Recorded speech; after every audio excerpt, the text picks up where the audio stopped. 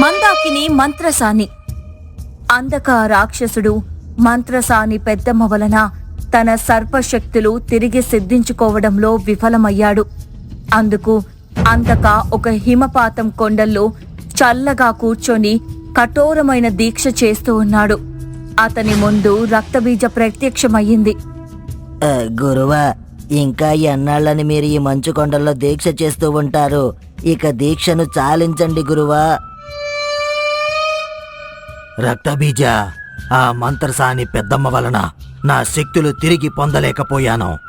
ఇప్పుడు నేను చేసే దీక్ష ఆ మంత్రసాని పెద్దమ్మని బంధించడం కోసం. రక్తబీజ, ఆ మంత్రసాని పెద్దమ్మని ఇదిగో ఈ పంజరంలో బంధించి తనని వధిస్తాను. అప్పుడే నేను ఈ గుహ నుండి బయటికి వస్తాను. గురువా, నేను ఇందుకు నీకు ఏ విధంగా సహాయం చేయాలో చెప్పు, చేస్తాను. ఆ మంత్రసాని పెద్దమ్మ నన్ను ఇలాంటి పంజరంలోనే బంధించింది. ఇప్పుడు తనని నేను ఈ పంజరంలో చూడ్డానికి ఏదైనా చేస్తాను గురువా. అయితే మందాకినికి కబురు పంపు. అందకికి తన అవసరం ఉందని తెలియచేసి తనని నా వద్దకు తీసుకురా. అలాగే గురువా. అహం భవస్య అదృశ్య కృపకృపా. ఇంత అర్ధరాత్రి పూట ప్రయాణం వద్దు అంటే అసలు విన్నారా మీరు? అయినా ఈ దారిలో ఈ సమయాన వెళ్ళడం చాలా ప్రమాదకరమని విన్నాను.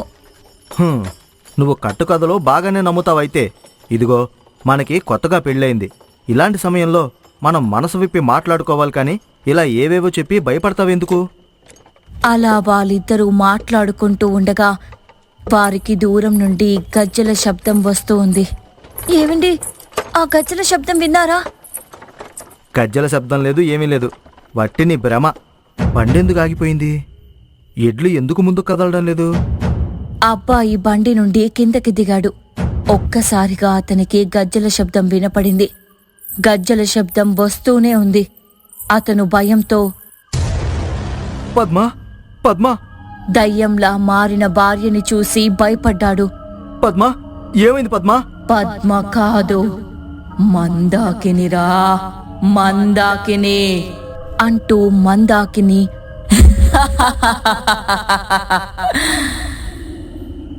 పెద్దగా నవ్వుతూ తన మెడ కొరికి రక్తం తాగి అతన్ని చంపేసి పద్మ దేహం నుండి బయటికి వచ్చింది. పద్మ స్పృహ కోల్పోయి అక్కడే కింద పడిపోయింది. మందాకిని దయ్యంకి బంగారం అంటే చాలా ఇష్టం.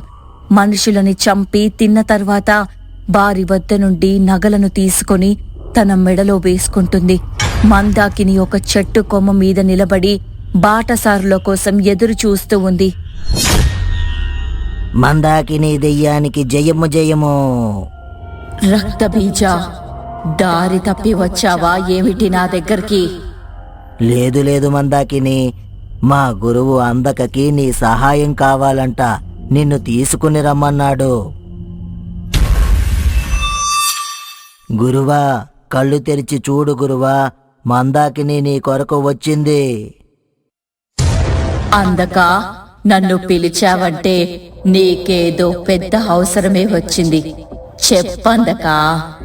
మందాకినికి తాను మంత్రసాని పెద్దమ్మ చేతిలో ఎలా ఓటమి పాలయ్యాడో అంతా వివరించి చెప్పాడు. నీవు ఏమీ దిగులు చెందకందకా. ఎలా అయినా సరే ఆ మంత్రసాని పెద్దమ్మని బంధించి ఈ పంజరంలో పెడతాను. నాకు తెలుసు మందాకిని, నీవు మాత్రమే ఇందుకు సమర్థురాలివని నీకు కబురు పెట్టాను. వచ్చే అమావాస్య నాటికి ఈ మంత్రసాని పెద్దమ్మని నా మూకాసురుడికి బలివ్వాలి. మందాకిని మంచులో నుండి ఆకాశంలోకి ఎగురుతూ వెళ్ళింది. ఈ మంత్రసాని పెద్దమ్మని బంధించాలంటే నేను తనని నా ఆస్థానం వద్దకు రప్పించాలి. మందాకిని వెంకటాపురం అనే గ్రామానికి వెళ్ళింది. అక్కడ ఆడవాళ్ళందరి మెడలో ఉన్న బంగారం చూస్తూ చాలా సంతోషపడుతూ ఉంది. ఆహా, ఎంత బంగారం! ఈ ఊరిలో వారిని చూస్తూ ఉంటే బాగా ధనవంతులుగా ఉన్నారు. అలా అయితే నా పనిని ఇక్కడ నుండే మొదలు పెడతాను. అర్ధరాత్రైన తరువాత మందాకిని ఎంచుకున్న అమ్మాయి శరీరంలోకి ప్రవేశించింది. అదృశ్య, గిరీశ, బేతాళ, కృపా కృపా అంటూ మంత్రం చదివి అదృశ్యమైపోయి తన గృహలో ప్రత్యక్షమయ్యింది. అక్షపక్ష బుతుల శక్తియుక్త అసనిసబాస అబూహ అబూహ అబూహ. అలా మందాకిని మంత్రాలు చదవగానే ఆ అమ్మాయి చిలుకలా మారిపోయింది. నువ్వు ఎవరు? నన్నెందుకు ఇలా మార్చేశావు? మా ఇల్లు ఎక్కడా? మా అమ్మ నాన్న ఎక్కడా? నన్నేమీ చెయ్యకు. నేను నిన్ను ఏమీ చెయ్యనే చిలుక. వెళ్ళు, మీ అమ్మ నాన్న దగ్గరికి వెళ్ళు. చిలుక ఎగురుకుంటూ తన అమ్మా నాన్న దగ్గరికి వెళ్ళింది. అప్పటికే అమ్మాయి కనిపించడం లేదనే బాధలో వాళ్ళున్నారు. అయ్యా, నా కూతుర్ని ఎవరైనా చూశారా? చెప్పండి అయ్యా. రాత్రి పడుకునే ముందు చూశాను. పొద్దున్నే లేచి చూస్తే తన గదిలో లేదయ్యా. వీరయ్యా, నువ్వు బాధపడకో. నీ కూతురు కనిపించట్లేదు, దాంతో పాటుగా బంగారం కూడా కనిపించట్లేదు. అంటే నాకు తెలిసి నీ కూతురు బంగారం తీసుకుని పారిపోయి ఉంటుందనుకుంటా.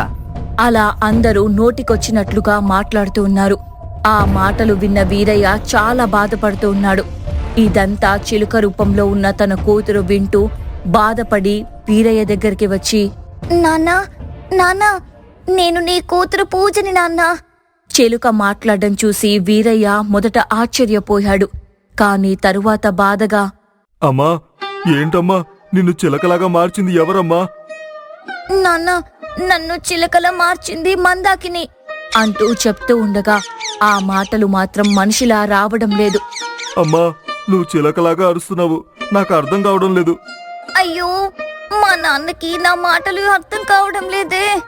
పూజ, నీవే నా కూతురు అని తెలియజేయడానికి నీవా 2 ముక్కలు మాత్రమే మాట్లాడేలా శక్తినిచ్చాను. ఇక్కడ నీకు ఏం జరిగిందో తెలియక మీ నాన్న కుమిలిపోతాడు.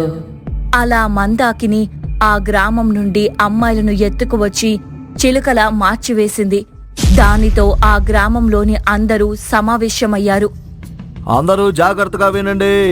మన ఊరికేదో దుష్టశక్తి ఆవహించి అది మన అమ్మాయిల్ని చిలకలుగా మార్చేస్తుంది. మనం దీనికి ఒక పరిష్కారం కనుక్కునే వరకు మీ కూతుర్లను జాగ్రత్తగా చూసుకోండి. పెద్దమ్మా, మన చేతికి ఒక మంచి పని వచ్చి చాలా రోజులైపోయింది కదా. పెద్దమ్మా, అక్కడ చూసావా? అక్కడ ప్రతి ఇంటిపైన ఒక చిలుకుంది. మిత్రా, ఒక్కసారి ఆ చిలుకల వద్దకు వెళ్ళు. నాకు ఎందుకో అనుమానంగా ఉంది. మంత్రసాని పెద్దమ్మ ఆ గ్రామంలో అడుగు పెట్టగానే తనకి రకరకాల ప్రేతాత్మల శబ్దాలు వినిపిస్తూ ఉన్నాయి. ఆత్మ పట్టి పీడుస్తుందిరా ఈ గ్రామాన్ని. మిత్రా, మనకి పెద్ద పని వచ్చింది.